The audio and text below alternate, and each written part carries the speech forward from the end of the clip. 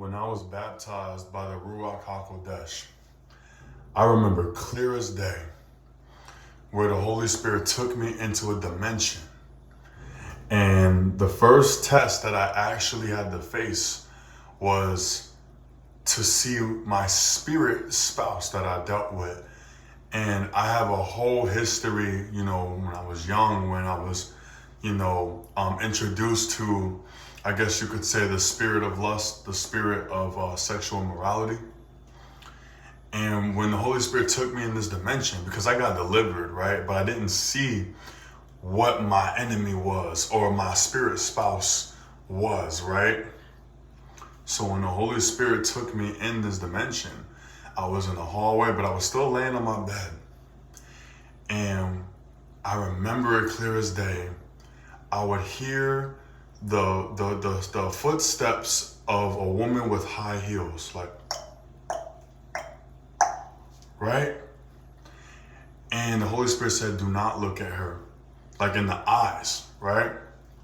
I wasn't supposed to look at her at all. And I had to keep going through this challenge because that spirit spouse was looking for me. They don't just, people don't understand. When you get delivered, they don't just leave and say, oh, well, they come back worse than ever, right? So you have to make sure that you are sealed with the Ruach HaKodesh so that when it tries to come back, it's like, oh, I can't enter that home now because somebody else own it.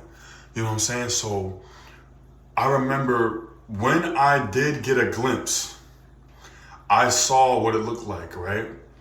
It was a lady with green skin. She had black lipstick on.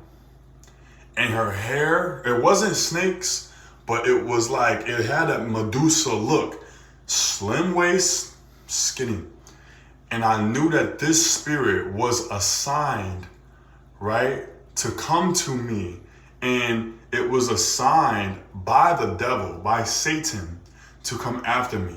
And when Satan couldn't get that spirit to attack me, Satan would attack me with mermaids and sirens. Because Satan was saying, I've hit this kid when he was a kid, or I've hit this guy when he was a kid.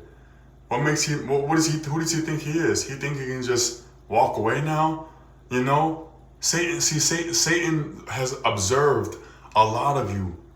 He's observed a lot of you. He knows what your weaknesses is. He knows what you struggle with. He knows what your addictions were. He knows what your parents did in the past. He knows what your grandparents did. He knows the generational curses. So he puts out assignments, right? I looked at my family tree. I saw where that curse happened. It was in my grandfather's side. The spirit of adultery was formed there, right? Because all my other great-grandparents, they was all married. So that spot there I saw, right? And my grandfather died, okay, when I was born, right? But my father still carried that spirit of both adultery and sexual morality.